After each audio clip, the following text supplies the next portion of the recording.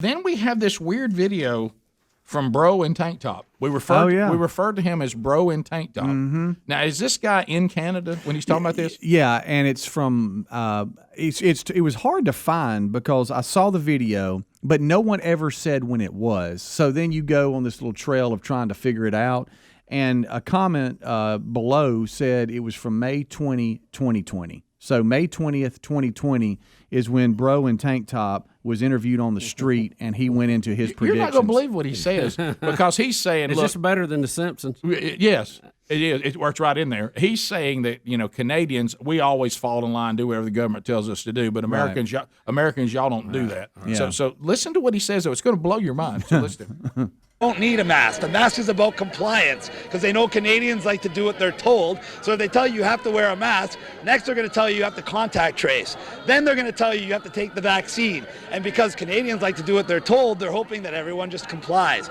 And then guess what, kids? Once you take your vaccine, like a dumb person that doesn't know any better, they're going to tell you, sorry, the vaccine isn't as effective as we thought it was going to be. So now you still got to wear your mask, still got to get contact trace, still have all the restrictions and social distancing, and still take your vaccine. And then what did you get out of all of this? You got a whole year where you weren't allowed to travel, your business was closed, they took your rights and freedoms, they forced a vaccine on you, and what happened? The same amount of people died. Everything is the exact same. And now they're going to put you back on lockdown and bring it all the way till July of next year so they can do the same thing again. Bring you from July, August, and September, getting you off lockdown, but just to bring you back on lockdown again.